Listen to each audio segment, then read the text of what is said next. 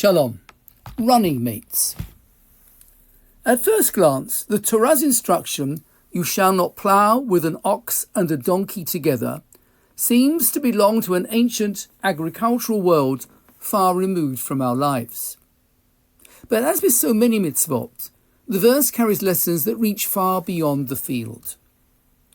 This commandment is one of the chukim, statutes, whose reasons are not fully revealed to us. Yet over the ages, commentators have offered striking insights into its significance. Maimonides, in his Guide for the Perplexed, connects it to the broader prohibition against mixing species. Not only interbreeding, but even working two animals side by side is forbidden to preserve the integrity of each species.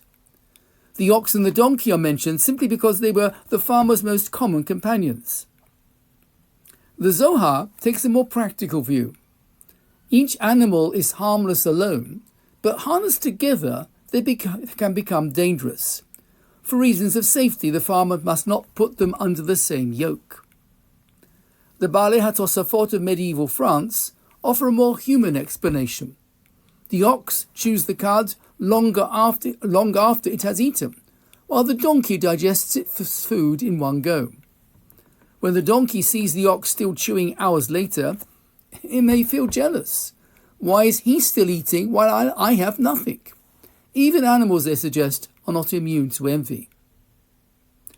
Some years ago, I had occasion to consult the then Chief Rabbi Lord Jacobowitz on a communal matter. In our conversation, he pointed me to the Sefer Chinuch's comment on this verse. The Chinuch sees here a lesson for human society. Do not put people together in a partnership when they are utterly unsuited to one another. Employers and managers, he writes, must be thoughtful in how they deploy their staff to maintain harmony and avoid needless conflict. To ignore this is not only unwise, it falls under the Torah's warning, "You shall not plough with an ox and a donkey together." This wisdom applies no less at the highest levels. A prime minister or president seeks to gather the best possible team for the good of the country. But strong personalities and big egos can just as easily clash as collaborate. Some leaders, like Abraham Lincoln, had the rare gift of forging a team of rivals.